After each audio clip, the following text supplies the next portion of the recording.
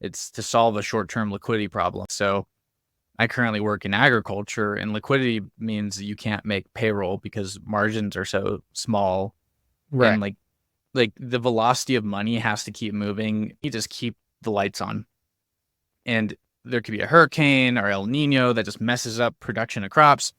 And so where I currently work, Produce Pay like solves that liquidity problem. But it's always going to be like, hey, how am I going to pay my mortgage? How am I going to pay for Christmas with my kids? It always comes down to that emotional bottom line. So if you're worried about your agriculture and your crops and you need liquidity because of the fact that you have all of these costs that you're really concerned about, we would call loss avoidance. So it's like you don't want to you don't want to lose your workers because you can't make payroll or whatever, lose your insurance because you couldn't make the premium, whatever it is. And that is an element of